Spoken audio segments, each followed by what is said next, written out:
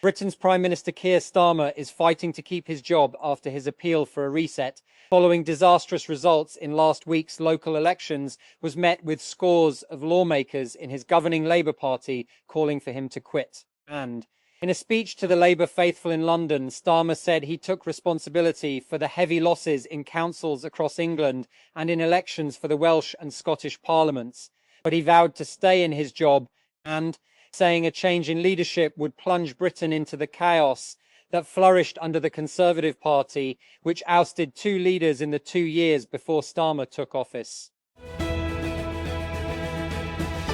And General Motors has laid off more than 10% of its IT department, or about 600 salaried employees, in a deliberate skills swap, clearing out workers whose expertise no longer fits and making room for some with AI-focused backgrounds. GM confirmed to TechCrunch that it had conducted layoffs. They were first reported by Bloomberg News. And South African President Cyril Ramaphosa says he will legally challenge a report that has paved the way for Parliament to consider impeachment proceedings against him over the theft of large sums of cash from his private farm. A Constitution Court ruling last week found that Parliament acted unconstitutionally when it voted against establishing an impeachment inquiry against Ramaphosa regarding the Fala report in 2022. And hundreds of Hamas militants accused of committing war crimes during their October 2023 attack could face the death penalty after Israel late Monday approved the creation of a special military tribunal to prosecute their cases. The legislation received broad backing from both Prime Minister Benjamin Netanyahu's governing coalition and much of the opposition, passing with 93 votes in favour and 0 against. And a new wave of gang violence in Haiti's capital has displaced hundreds of people and caused the aid group Médecins Sans Frontières, MSF, to suspend work in local hospitals. The group, also known as Doctors Without Borders, said on Monday that about 800 residents had sought refuge from fighting inside its hospital in the Site Soleil neighborhood of Port-au-Prince before operations were suspended. And at long last, Android and iPhone users will be able to send each other end-to-end encrypted text messages.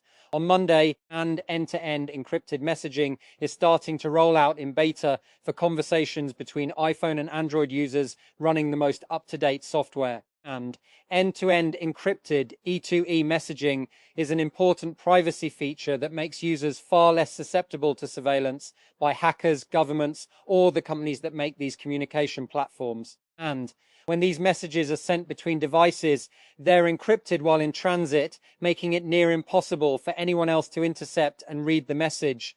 But until now, messages sent between iPhone and Android devices could not be end-to-end encrypted E2EE, even though iMessage has been encrypted since its launch in 2011, and Android users have been able to communicate among themselves via E2E since 2021. And Spanish teenage superstar Lamine Yamal has garnered praise from football fans for expressing solidarity with Palestine. During Barcelona's celebrations for winning the La Liga title, in several clips widely shared online Monday, the 18-year-old could be seen waving a Palestinian flag from inside an open-top bus to cheers from jubilant crowds. And the European Union and United Kingdom have imposed sanctions on Russian institutions and officials accused of systematically deporting and indoctrinating Ukrainian children. The EU announced measures against 23 state institutions and individuals on Monday. Britain simultaneously unveiled a broader package targeting 84 people and entities, roughly a third of them linked to what was described as Russia's campaign to forcibly deport and militarize Ukrainian children.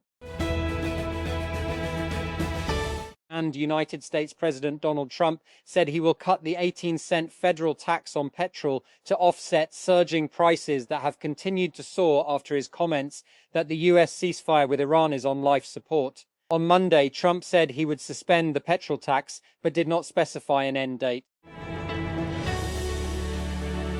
And The European Union has agreed to impose sanctions on Israeli settlers and leading Hamas figures. Consensus was reached on the sanctions packages at a meeting of member states' foreign ministers on Monday. The measures targeting Israeli settlers over violence against Palestinians in the West Bank were long awaited, having been blocked by the self-styled illiberal government of Hungary's former Premier Viktor Orban. And Donald Trump says he will raise the issue of US arms sales to Taiwan during his meeting with Chinese President Xi Jinping later this week. Trump reiterated his belief that a conflict with China over the status of Taiwan was unlikely in the near future. And South Africa's parliament is set to establish an impeachment committee to probe allegations against President Cyril Ramaphosa in the Farmgate scandal. The lower house of parliament said on Monday that its speaker will set up the body to investigate. The move was ordered by the country's highest court last week as it revived impeachment proceedings against Ramaphosa. And scientists are warning of an increased risk of collisions between whales and ships off South Africa's southwestern coast, caused by changing shipping routes due to conflicts in the Middle East. The rerouting of ships around South Africa since 2023, when Houthi rebels hijacked a British-owned vessel near Yemen, has substantially increased the chances of vessels striking the mammals in the region, they say. Medics had to restrain Palestinian journalist Ali al-Samoudi while tending to his bullet wound when the body of his colleague Shireen Abu Akleh arrived at Ibn Sina Hospital in the occupied West Bank. I managed to look and see Shireen lying next to me. I couldn't believe the situation. I started screaming and I tried to get to her. They didn't let me, said al-Samoudi as he recounted to Al Jazeera the events of May 11, 2022. And for football fans, the majority of the build-up to the FIFA World Cup has centred on disappointment and shock more than excitement and delight. Faced with wide-ranging issues from expensive match tickets to logistical concerns, fans have directed their criticism towards the sport's global governing body and local organisers in the three host nations, Canada, Mexico and the United States. The British government has imposed sanctions on an Iranian-linked network accused of plotting attacks in the UK and elsewhere.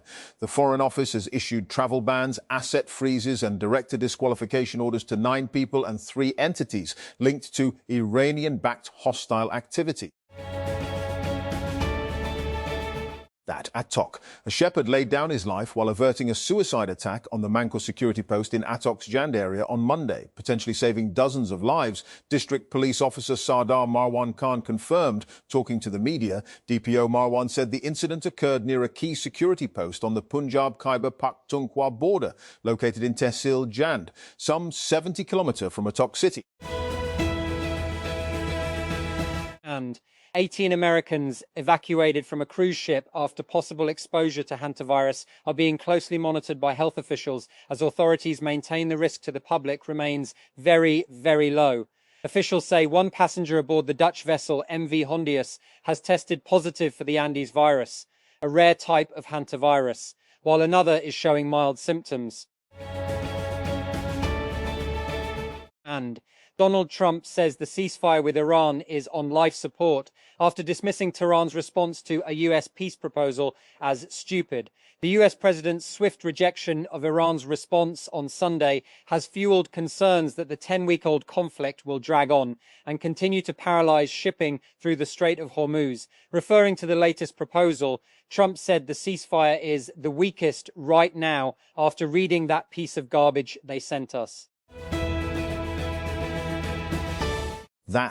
It's about time that the microdrama trend has gone mainstream. As microdrama apps like Reel Short and Drama Box quietly rake in billions, Peacock announced on Monday that's launching 2 unscripted Bravo microdramas, which will stream on its app. These are vertical video series with episodes around 60 to 90 seconds, are designed for a quick TikTok-like viewing experience. 5-year-old European military drone startup Helsing is reportedly close to raising a new $1.2 billion round at about an $18 billion valuation. The round is expected to be led by Dragoneer and co-led by existing Helsing investor Lightspeed. That, the Financial Times reported. Helsing last raised just under a year ago in June 2025 in a deal that was led by billionaire Spotify founder Daniel Ek. That was a 600 million investment at an estimated 12 billion valuation, 14 billion USD. So this new round is a step up. And acting on the directives of Director General LDA Tahir Farouk, the Lahore Development Authorities, LDA, Town Planning Wing intensified commercial buildings in LDA-controlled areas across the city. During multiple enforcement operations conducted in various localities, LDA teams sealed a total of 203 properties over illegal commercial use and non-payment of commercialization fees. And the government of Azad Jammu and Kashmir, AJK, has decided to expand its mineral sector by reopening the issuant leases under a new policy facilitation framework seen by pro-Pakistani. The move follows a key decision of the AJK cabinet aimed at unlocking the region's mineral potential and promoting export-oriented mining projects. And President Donald Trump on Monday said the ceasefire in the Middle East war was on life support, rejecting Iran's latest counter-offer, which it said had included demands for the release of frozen assets and the end of a US blockade. The president's reaction to Iran's position, itself a response to a US proposal, sent oil prices soaring and dashed hopes that a deal could be quickly negotiated to reopen the Strait of Hormuz to commercial shipping. The walls of the medical room are charred black and the door appears to have melted half away in the flames. 10 days after an apparent petrol bomb was hurled through the synagogue window in the middle of the night, the smell of smoke still catches in the back of the throat. When Rabbi Yehuda Black returned the morning after the attack on what he calls his gem of a synagogue, with its wall of stained glass windows and a ceiling carved with stars of David, he said he was overwhelmed with emotion. Israeli strikes in southern Lebanon have killed at least 4 people and wounded 8 others, according to Lebanese media. The state national news agency, NNA, reported injuries to 2 medics as they rushed to offer aid to victims of the latest attacks by the Israeli military in violation of the official ceasefire.